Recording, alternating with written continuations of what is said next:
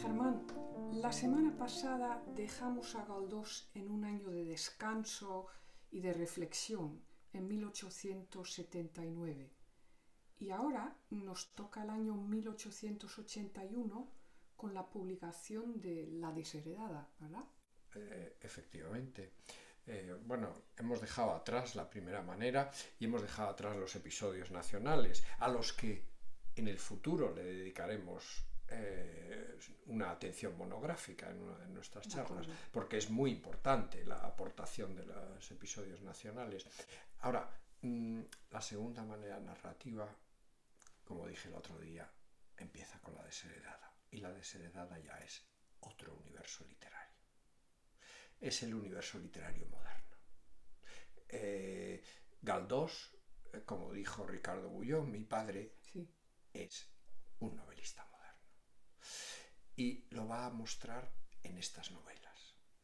Bueno, hoy no voy a hablar de la desheredada en esta charla, voy a hacer un pequeño truco y me voy a ir al Amigo Manso, que publicó un año después.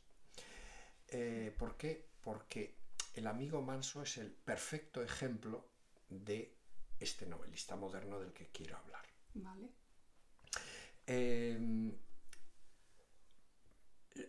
Lo fundamental para entender cómo este joven periodista, novelista, que estaba ensayando, que no sabía bien cómo terminar, cómo hacer los personajes, de repente, sin casi tiempo, un año de diferencia, de repente aparece como un narrador con una voz extraordinaria, un narrador que sabe de repente crear un marco literario.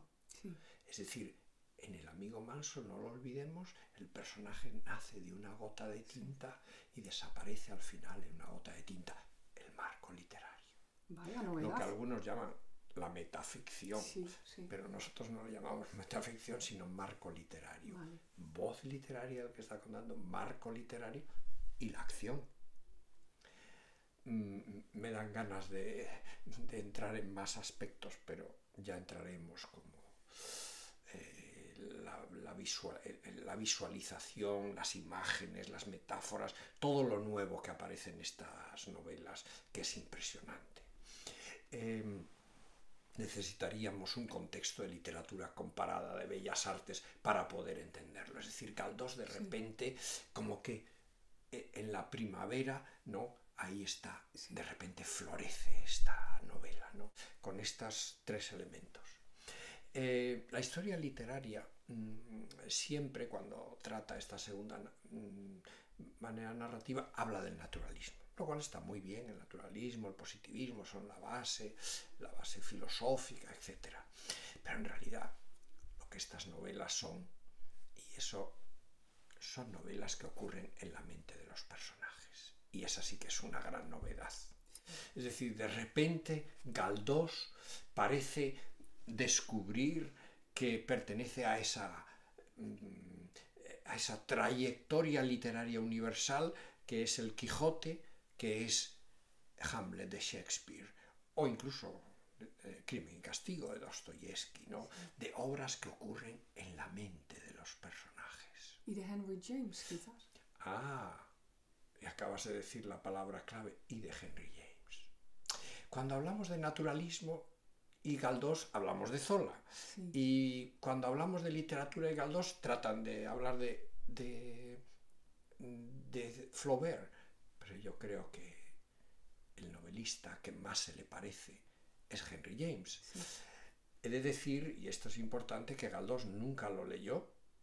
El único que sepamos que lo leyera de sus contemporáneos fue Juan Valera, que le llama Enrique James, y dice que no le interesa mucho como novelista, pero sí como crítico, que está bien visto, porque Henry James, además de un gran novelista, es un gran crítico. Pero, ¿sabía inglés, Valera? Sí, claro, sabía inglés. Pero James no formaba parte en fin, era la literatura francesa la importante en aquel momento en España, ¿no?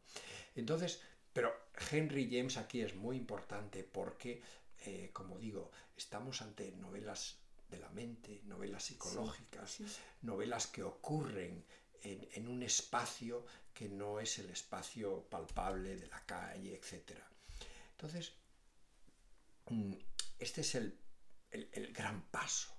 ¿Y cómo da Galdós este gran paso? Pues da gran paso porque es el momento de la presencia en la vida española de la psicología, de la psiquiatría, de su amigo el doctor Simarro, del doctor Esquerdo. Es decir, no olvidemos que Galdós ya en el bachillerato había estudiado elementos de psicología de don Pedro Monlau.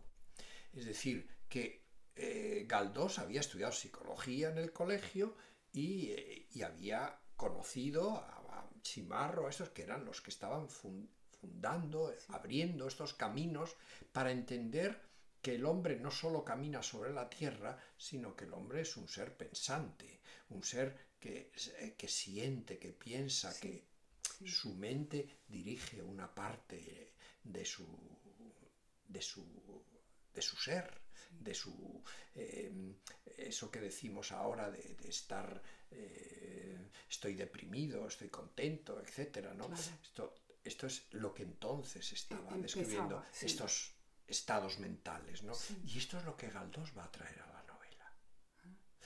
Y en el momento en que el narrador, su voz, su manera de contar las cosas, los argumentos que va a contar, los temas, ¿no? El tema del amigo Manso, es decir, la extraordinaria psicología, ¿no? Que Manso entiende perfectamente que su discípulo, Manolito, a quien trata de educar y de llevar a... Pero este no se deja educar porque es un chico que no tiene la habilidad mental. Es un chico listo, pero no inteligente, que es otra cosa muy diferente.